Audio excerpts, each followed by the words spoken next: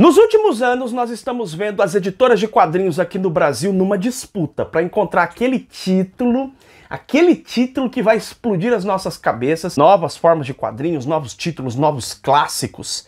É disso que se trata o vídeo hoje, porque a editora Comic Zone colocou nos últimos dias em pré-venda um trabalho que é um esculacho. Se isso fosse um jogo de pôquer, essa era uma mão vencedora para esse ano. O Grande Poder do Schninkel, quadrinho fantástico, múltiplas camadas. Vou trazer esse contexto para você agora. Esse quadrinho ele funciona em múltiplas camadas. Ele é um quadrinho divertido, ele é um quadrinho que é uma grande fantasia heróica, então ele tem elementos ali que lembram o Senhor dos Anéis. Ele tem uma colorização, porque a edição original desse trabalho, importante dizer isso, ela foi feita em preto e branco, mas posteriormente ela foi colorida. Essa edição da Comic Zone é colorida, e as cores e também o traço, eles evocam em muitos momentos um quadrinho pré-Era de Ouro, o que muitas pessoas, os historiadores aí dos quadrinhos, chamam de Era da Aventura.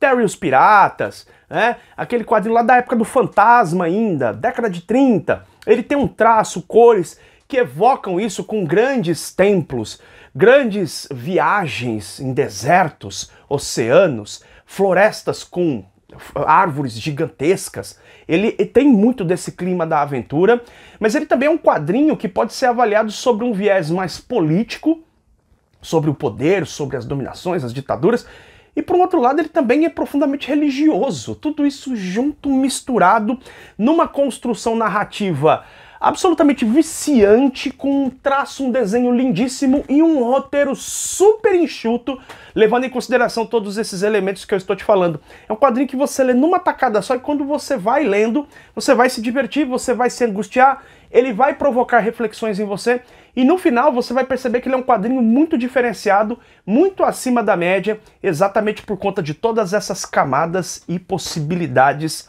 de leitura e, repito, de apreciação. Você vai curtir este quadrinho em vários níveis. Mas, afinal de contas, do que fala o Grande Poder do Schninkel? Nós conhecemos um mundo fantástico, que claramente tem elementos ali de Senhor dos Anéis, onde nós temos três grandes autoridades, três grandes reis, três grandes monarcas, três grandes senhores da guerra, que estão combatendo em guerras infinitas, colocando vários povos daquele mundo em situação de escravidão. E o Schninkel é uma raça que lembra um pouco os hobbits, mas claramente, tá? Isso não é algo que eu auferi, isso aí é realmente a intenção dos autores. No final do volume tem uma entrevista muito boa, é um extra bem interessante de ler. Eles mesmos dizem que aquilo ali é uma representação do povo judeu, né, que foi torturado, escravizado, oprimido, e a gente tem esse Schninkel nessa situação, e num momento ali específico, um deles acaba fugindo dessas circunstâncias aí de escravidão, que é o John, protagonista da história. Então ele terá um encontro com um monólito negro, né? Este monólito, claramente uma referência aí ao grande filme do Stanley Kubrick. É o meu filme favorito de todos os tempos, hein? Não é o que eu mais assisti, mas é o meu filme favorito de todos os tempos. É o 2001, Uma Odisseia no Espaço. Então quando eu vi o monólito ali, eu falei, nossa, do que ele tá falando aqui, né? O que significa isso? E aí ele tem esse contato com esse monólito, que é a representação de uma divindade. E essa divindade, esse Deus, né, representado pelo monólito, diz a ele que ele tem a missão de acabar com todas as guerras, né? Dá um prazo a ele, fala, você tem até tal dia, tal, tem uma questão de medição de tempo, há toda uma construção fantástica nesse sentido, as longitudes e latitudes, a questão territorial, os nomes dos lugares, os nomes dos personagens que participam da história, todos eles são base dessa criação que evoca coisas do Tolkien, até porque não do Robert Howard, né? Essa construção desse mundo próprio. E aí a gente vê que o John, o nosso Schninkel, o nosso protagonista, ele tem um prazo determinado para conseguir acabar com a guerra. Mas acontece que ele é um sujeito, foi a vida inteira escravo, ele é um coitado, cara. Ele é um sujeito que está no meio de um mundo cheio de guerras, e tudo que ele quer, na real, é ficar na boa. Ele quer levar uma vida tranquila, ele quer ir lá para um canto lá, longe dessas batalhas, esquecer tudo isso e ter uma vida tranquila, sobretudo quando ele conhece uma Schninkel, que é a Gwen. Acho que é assim que se pronuncia, nome cheio de apóstrofo ali, complicado de pronunciar, mas é uma lindeza. A Gwen, que é uma parte do quadrinho que também chama atenção, por conter vários elementos eróticos. E aí a gente tem, então, na figura do John, uma mistura que é muito interessante e que, na minha mente, extrapolou até mais do que os próprios autores do trabalho comentaram. Eles falam que claramente é uma referência a Jesus Cristo, tem ali também uma coisa misturada mosaica, ele é uma espécie de Moisés misturado com Jesus, mas na minha leitura, antes de ter lido a entrevista, ficou para mim que ele tem até aspectos também de Davi, e ao mesmo tempo ele tem aspectos de João Batista. Eu que fui, durante anos, um grande leitor do texto bíblico, consegui ver essas conexões ali, essas conexões arquetípicas, essas conexões, digamos, até mitológicas na construção desse personagem. Ele é uma mistura de Jesus, Moisés, João Batista, Davi, né? Tudo na mesma figura. E aí esse camarada começa uma missão porque ele foi dotado então de um grande poder por essa divindade.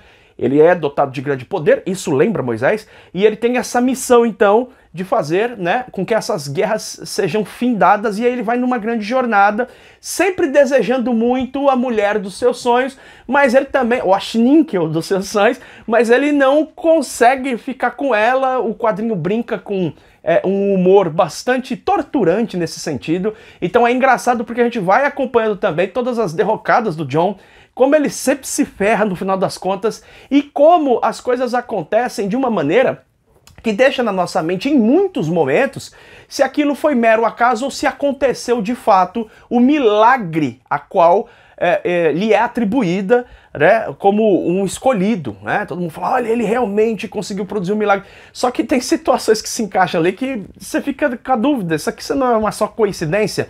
Então, nesse sentido, o roteiro consegue nos instigar, ele consegue atrair a nossa atenção para tentar compreender, né, se aquilo foi realmente um produto de um milagre, se ele é realmente um ser milagroso ou se não, se na verdade aquilo foi só uma coincidência.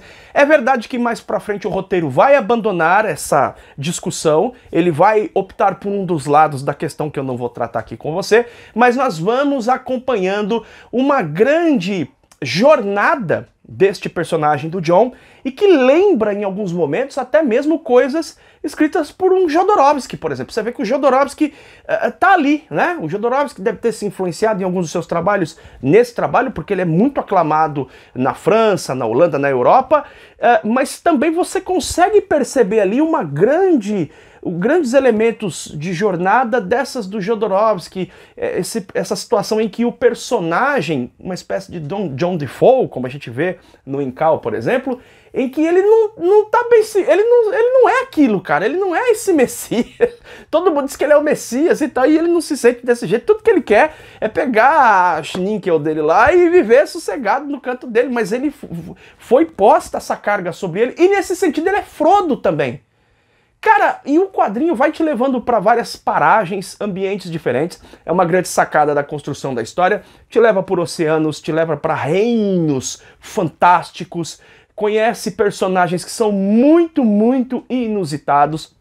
Te leva para ambientes muito diferentes. E aqui o grande trabalho do Rosinski na arte, porque consegue dar uma construção de tridimensionalidade muito boa em ambientes diferentes. Ele consegue te trazer todo o terror do deserto, quando assim quer. Ele consegue te trazer a confusão e o aspecto tenebroso de uma floresta com árvores gigantes. Logicamente, o aspecto do mistério também, né? O oceano, ele pode ser, e é, em alguns momentos, num breve momento onde acontece ali na história, bastante misterioso também, por conta dos seres que habitam as águas, e também bastante terrível, bastante cruel.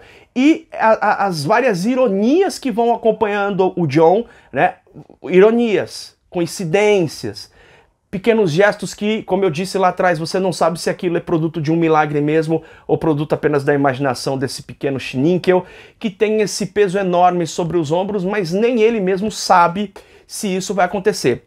Aliás, um outro detalhe que me agradou bastante nesse trabalho é o fato de que o próprio Schninkel, vou voltar já a falar um pouquinho mais sobre arte, mas o próprio Schninkel, o principal, o John, ele tem um diálogo mental que aparece em poucos momentos na história, porque o roteiro é bastante enxuto, mas quando ele acontece, você percebe... Cara, eu tô indo longe aqui. Você percebe uma coisa meio dostoiévskiana.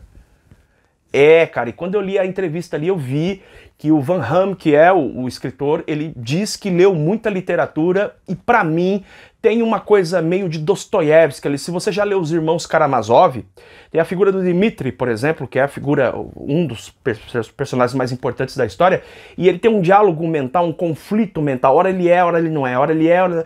Ele fica num giro ali mental, né, que traz um elemento psicológico bastante enriquecedor, no caso do Dostoiévski. No quadrinho, ele é um quadrinho de aventura, então isso não é tão aprofundado, mas existe. E esse elemento, que é colocado como um temperinho dostoiévskiano nesse personagem, faz com que ele tenha uma profundidade que não é tão comum a gente encontrar em histórias de fantasia. Eu diria que, normalmente, quando você vê histórias como a do Frodo, por exemplo, os personagens que são colhidos no meio de uma grande guerra e eles têm uma grande situação a resolver, o drama fica muito concentrado nessa circunstância de ele ter que resolver um problema que é impossível, uma barreira que é impossível de ser vencida, mas ele está ciente da sua missão. Em geral, nas histórias vemos isso. No caso do Jon, o nosso pequeno Schninkel, ele nem sequer quer enfrentar a barreira e ele nem sequer sabe se ele quer enfrentar. E um determinado momento na história em que ele vai encontrar uma profetisa. E eles têm um diálogo que é muito bem sacado, é muito inteligente e profundamente filosófico, muito divertido e profundamente filosófico. É um momento da história que você está lendo e é um diálogo divertido, você dá risada com esse diálogo, mas quando você termina aquela página, você para e fala, peraí, mas peraí. Eu me peguei em vários momentos parando no meio da leitura, após um sorriso, e pensando se... Peraí, mas isso faz sentido. Isso faz muito sentido. Isso realmente acontece. Ou será que não? Isso te leva a refletir de uma forma mais séria. Mas é importante dizer, por mais paradoxal que possa ser, divertidamente sério. É divertido. O quadrinho ele é divertido o tempo todo, mesmo nos seus momentos mais, talvez, desesperançados. Há quem diga que o final dele é um final desesperançoso, nihilista, um final negativo, talvez. Mas mesmo nesse ponto, ele conseguiu trazer algumas conexões com o próprio filme 2001, Odisseia no Espaço, e com conexões que eu diria que é quase um plot twist. Não é um plot twist, mas é uma coisa que você não espera muito. E a construção, de modo como aquilo se desenrola, é muito interessante, é muito intrigante também. Você fica desejando que aquilo talvez tivesse uma continuidade, né? Você quer saber mais sobre aquele universo, mas os autores espertamente, sabidamente, fecharam a conta aí. Falou, cara, é esse trabalho, a única modificação que ele teve foi que posteriormente ele foi belamente colorido pela Graça. Lembrando que esses autores aí, eles trabalharam em títulos, por exemplo, como Torgal, que é um título bastante conhecido, mas eu quero voltar um pouquinho rapidamente sobre a questão da arte para falar sobre, né, já comentei de como que o Rosinski ele consegue trabalhar muito bem os cenários, mas tem um elemento também que me chamou muita atenção, as texturas. Como ele trabalha as texturas, ele consegue te dar uma sensação muito clara no desenho dele de aspereza, de um elemento mais sedoso, tem um elemento tátil na arte dele. Você consegue perceber a areia do deserto, você consegue perceber a textura. É curioso isso, né? Como que você sente a textura pela leitura ou pela observação do desenho, mas ele te dá essa expressão de texturas da água, ele dá essa expressão de textura da areia, do vestido de seda, dos corpos que aparecem na história. E ele faz isso com um desenho belamente cartunesco, bonito, divertido. Esse quadrinho obriga todo mundo a tentar fazer melhor e isso é ótimo pra gente. Excelente trabalho da editora Comic Zone.